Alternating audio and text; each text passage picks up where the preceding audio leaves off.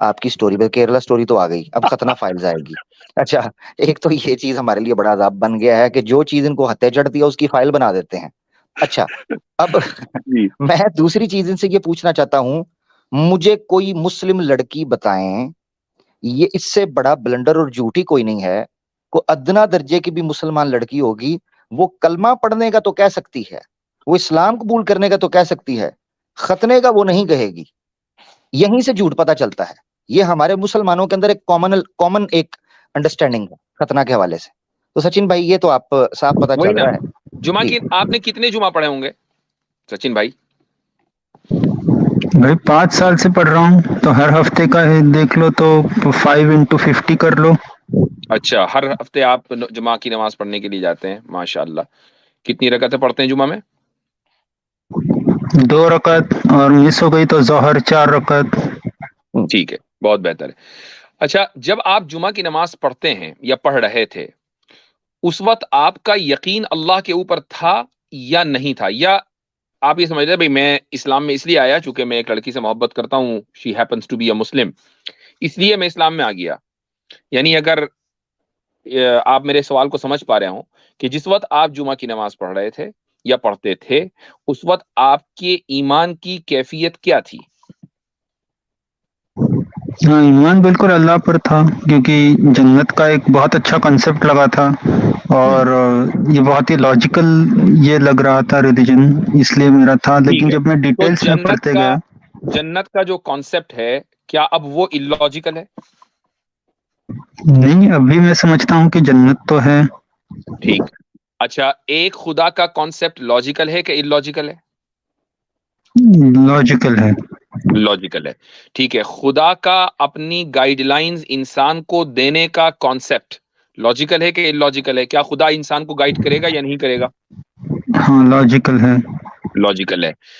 تو بھائی اچھا، نماز پڑھتے ہیں آپ اور سامنے کوئی مورتی نہیں ہوتی، آپ پوجا کر رہے ہیں، نماز پڑھنا ایک طرح کی عبادت ہے، بلکہ عبادت ہی ایک طرح کی کیا، اور سامنے جو ہے آپ کی کوئی مورتی وورتی کچھ نہیں ہے، تو یہ لاجیکل ہے یا illogical ہے؟ لاجیکل ہے. تو بھائی جب سب آپ چیزیں لاجیکل مانتے چلے آ رہے ہیں، پھر آپ یہ کیسے کہہ سکتے ہیں کہ اسلام جو ہے مجھے پھر illogical لگا؟ اسلام کی جتنی باتیں ہیں بنیادی، وہ ساری تو آپ کو لاجیکل آپ مان رہے ہیں اور کہہ رہے ہیں. نہیں، دیکھیے، توحید تو صحیح ہے، لیکن رسول اللہ اور چند صحاباؤں کی پرسنالٹی پسند نہیں آ رہی.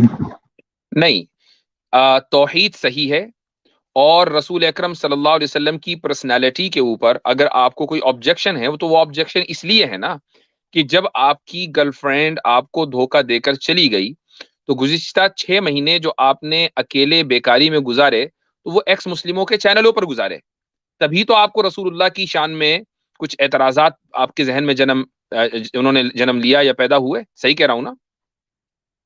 ہاں، لیکن کئی سارے اس میں سے دیکھیے، جیسے کہتے ہیں کہ ہاں، ڈیول لائز ان دا ڈیٹیلز، تو کئی ساری تو ڈیٹیل باتیں تو پڑھی تو میرے مجھے بھی بھائی مطلب پسند نہیں آ تو رہا ہے. میرے بھائی، آپ کو آپ کے جو آبجیکشنز ہیں وہ اس وقت کے ہیں جب آپ پریشان تھے اور آپ کا ذہن آلریڈی نیگیٹو ہو چکا تھا، کیونکہ جس کی وجہ سے آپ نے سب کچھ چھوڑا اور باقاعدہ ایک ایسی سرجری کرا لی جو آپ کو کرانی بھی نہیں تھی. ٹھیک ہے، وہاں تک آپ پہنچ گئے اور اس کی وجہ سے اگر آپ کو دھوکہ ملا تو اب آپ کے ذہن میں نیگیٹیوٹی آ گئی. لہٰذا جب جس کی وجہ سے آپ نے اپنی زندگی کو بدلا ہے، اب آپ اس کو ریویو کرنے لگے. اب اگر آپ کا کوئی ججمنٹ ہوگا نا تو وہ بائسنس کے اوپر ڈیپینڈ کرے گا، بائسنس کے اوپر مبنی ہوگا. لیکن پھر بھی رسول اللہ صلی اللہ علیہ وسلم کی شان کے تعلق سے اگر آپ کو یا ان کی پرسنالٹی کے تعلق سے کوئی سوال ایسا ہے کہ جس کا میں مختصر طور پر جواب دے سکتا ہوں تو میں ضرور دوں گا. لیکن آپ صلی اللہ علیہ وسلم کا نکاح چاہے وہ حضرت عائشہ سے ہو یا وہ حضرت زینب سے ہو یا تعدد ازواج پولیگمی جس کو کہتے ہیں، مور دین 4 وائفز، یا اس کے علاوہ آپ صلی اللہ علیہ وسلم کی جنگیں، آپ علیہ الصلوۃ والسلام کا بنو قریظہ کے ساتھ ٹریٹمنٹ ان کا، آپ صلی اللہ علیہ وسلم کا ذی الخلصہ کے ساتھ جو معاملہ رہا، یہ سارے کے سارے لاجیکل ہیں اور ان کے اوپر ہم تفصیل سے بات کر چکے ہیں. اس کے علاوہ کوئی اور بات ہو تو کریں. جی میں یہی کہنے لگا تھا کہ ختنے کے علاوہ اگر کوئی ایشو ہے تو وہ ضرور بتائیے گا. جی جی نہیں تو اس نے دراصل ڈاکٹر ذاکر نائک کی ویڈیو دکھائی اور انہوں نے کہا تھا کہ ریورٹ کو بھی ختنہ کرانا واجب ہے. تو کیا آپ یہ کہہ رہے ہیں کہ ریورٹ کو ختنہ کرانا واجب نہیں ہے؟ ہاں، انہوں نے غلط کہا اور ایسا کوئی مسئلہ نہیں ہے، واجب نہیں ہے. تو وہ پھر ابراہیم علیہ السلام کی جو 5 یہ ہے کہ اپنے ناخن تراشے اور زہر ناف کے بال صاف کرے اور ختنہ بھی کرے اس میں آخر ہے، تو وہ حدیث کا کیا مطلب ہے؟ وہ حدیث ایک انکمپلیٹ پوزیشن یہ ہے۔ ضرور ہے، ایک پوزیشن یہ ضرور ہے، اور جن لوگوں کی یہ پوزیشن ہے ان کے یہاں واجب نہیں مستحب کا قول ہے کہ اگر کرا لے تو بہت اچھی بات ہے۔ دوسری بات یہ ہے کہ ختنہ جو ہے وہ انبیاء علیہ الصلوۃ والسلام کی سنت ہے، اور حضرت ابراہیم علیہ الصلوۃ والسلام کو سب سے پہلے اس کا حکم دیا گیا، جیسا کہ روایتوں میں ملتا ہے۔ اب جس کو ایک سنت جاری کرنے کا حکم دیا گیا، کوئی طریقہ رواج دینے کا حکم دیا گیا، سب سے پہلے تو اس کو خود اس طریقے کے اوپر عمل کرنا پڑے گا، جبھی تو وہ رواج دے گا۔ دوسرے یہ کہ اس آدمی کو جو کسی طریقے کو رواج دے رہا ہے اس کا باشعور ہونا ضروری ہے۔ تیسرا یہ ہے کہ اگر خدا کی طرف سے حکم آ رہا ہے تو اس کا نبی ہونا ضروری ہے، تبھی تو اس کو خدا کی طرف سے حکم ملے گا۔ تو حضرت یہ حکم بچے کو نہیں دیا جا سکتا تھا، یہ حکم جس کو جو رواج دے رہا ہے وہ خود اپنے اوپر اس کو لاگو کرے، پھر تبھی وہ دوسرے سے کہے گا۔ اس لیے حضرت ابراہیم علیہ الصلوۃ والسلام نے بڑے ہو کر کیے۔ اس موضوع کے اوپر میری ایک ڈیبیٹ ہے، آپ کو بتا دوں، اگر آپ میرا نام ڈالیں گے اور آزاد گراؤنڈ ڈالیں گے تو ایک مرتبہ آزاد گراؤنڈ شاید 1-1.5 سال پہلے آیا تھا میرے چینل کے اوپر، اور اس نے یہی سوال کیے تھے، تو اس کا جواب میں نے دیا تھا کہ یہ کچھ جو لوگ کہتے ہیں کہ ہاں کرانی چاہیے، ان کے نزدیک بھی ضروری نہیں ہے، مستحب ہے، کرا لے تو اچھی بات ہے، کوئی ضروری نہیں ہے۔ جی